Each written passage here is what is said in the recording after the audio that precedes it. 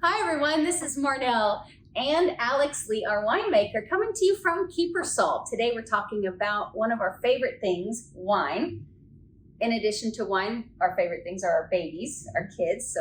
But today it's about wine. So we're doing a little series, a little winemaker series, explaining why our wines taste the way they do and who we make them for. So today we are talking about two of our lighter reds, the Artize and Azuca Artize.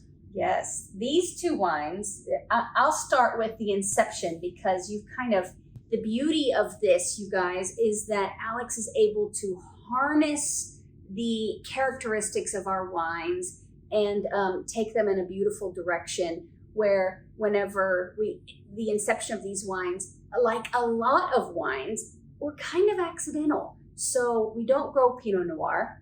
It's difficult to grow here, and when you get Pinot Noir fruit, it doesn't come out quite the way you expect it to, like it is so popular in Willamette Valley in the Santa Barbara area of California or in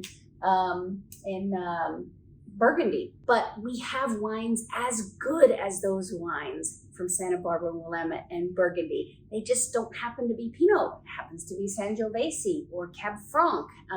Lots of wines that we grow here that have similar characteristics. So we were able to blend a wine for the Pinot Noir drinker that has those light, delicate, nuanced flavors, lots of complexity of flavors coming, nice, bright acidity in there.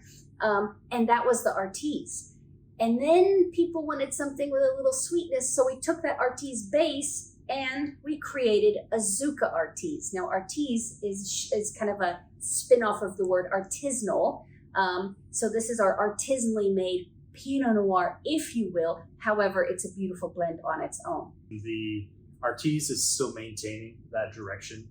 Our goal is to really create a light, delicate red wine that definitely won't have the bitterness like all of our wines. It really has a balanced acidity to it. So if you want a red wine that's not too heavy whatsoever, but not on the sweeter end, the Artize is right up that alley. Alex is a foodie. I'm a foodie. And he likes to make wines for certain aspects of the food eating community. And when we eat, something we eat in Texas a lot is barbecue. So the Azuca Artize, similar to that Artize, is going to be on the lighter end of the spectrum. With the Azuca Artize, we barrel aged it a bit longer to get more of that smoky feel to it, and added a little bit of sugar to maintain, and not too much. We're talking sweet, semi-sweet right here, but enough to really pair well with your barbecue, or if you're a beer drinker, typically this would be a really nice wine to try out. If you're looking to try out something in the backyard grilling, that's where the Azuca was really, and it was inspired, if y'all know far enough back, from our Bridge Mainsville series that we used to run years and years ago. We used to run a wine called the Sweet Bridge, and this had a lot of inspiration going into the Azuca Artize when we're making it more modernly. Yeah.